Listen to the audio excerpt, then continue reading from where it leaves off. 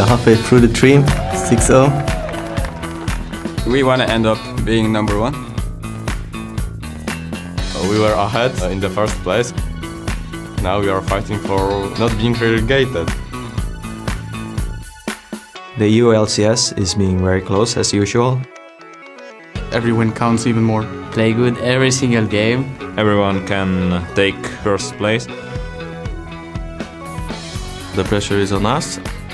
We're looking forward to getting 2-0. It seems like we can't win. YOLO, I don't know. We have to win 70% of our games to finish on top 6. We feel pretty confident. We need to get a few more wins and secure our spot in top 2. From now on, every match counts. Everything can change in the matter of 1 week.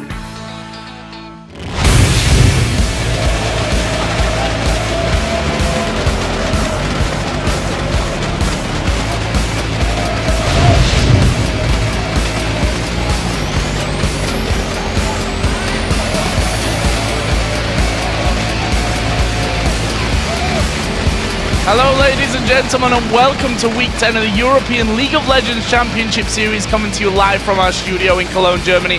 I'm Joe Miller alongside Martin Deficio Lunger, and we're heading into the final stretch of the spring split, and with only 6 games left to play for each team, every match is do or die. And the stakes are high as the positions at the top of the table are hotly contested, while the bottom teams, they battle to avoid being sent to the relegation. So let's take a closer look at those standings. Starting off at the very top, we have a tie between Gambit and SK Gaming, both teams on 13 wins and 9 losses. And then in third, another tie, this time between 3 teams, the Alliance, Fnatic and Roccat, all at 12 for 10. Alliance, it's worth mentioning, are on a 6-game winning streak. Then we have the Copenhagen Wolves with 10 wins and 12 losses, and after them we have Super Crew in 7th place with 9 wins and 13 losses, and down in the bottom we have Millennium with 7 wins and 15 losses. So let's take a look at today's games that are going to shake that table up. First, it's Millennium versus the Copenhagen Wolves, and then SK Gaming and Gambit will clash in a battle for first. After that, Roccat and Alliance will compete in another tiebreaker, and then Super Hot Crew will clash with Fnatic, where both teams are looking to land playoff spots. And right after the LCS, the battle for third place in the second half of the European Challenger Spring Series will be fought in a best-of-3 between Never Give Up and Recent Gaming. So we know what's at stake. So here's the 5 players that we expect to make an impact for their teams this week, starting off with Froggen. He's had back-to-back MVP performances and a hot streak for Alliance, and all eyes are going to be on their mid-lane captain in this one, from their fans and their opponents alike. But his eye-popping numbers aren't the only things enemies are going to have to keep tabs on. Froggen's played 6 different champions in his 6 MVP winning games over the last 2 weeks, bringing LeBlanc, Nidalee, Kassadin, Lulu, Gragas and Kayle into the mix. And for my second player, I'm sticking with Alliance. Their support player, Nif, has shown some real dominating performances in these last couple of weeks, landing immaculate thresh hooks to set up kills, as well as busting out the Nami last week versus Gambit. Nif's put up some astonishing numbers and looked fantastic while doing so. He went 6, 11 and 69 during the last 6 games. Now my first player to watch is going to be Cotnex. He's the new jungler for Millennium, as Aranea he's decided to step down. And it's going to be a breath of fresh air, and I like what Cotnex can actually bring to the early game of Millennium.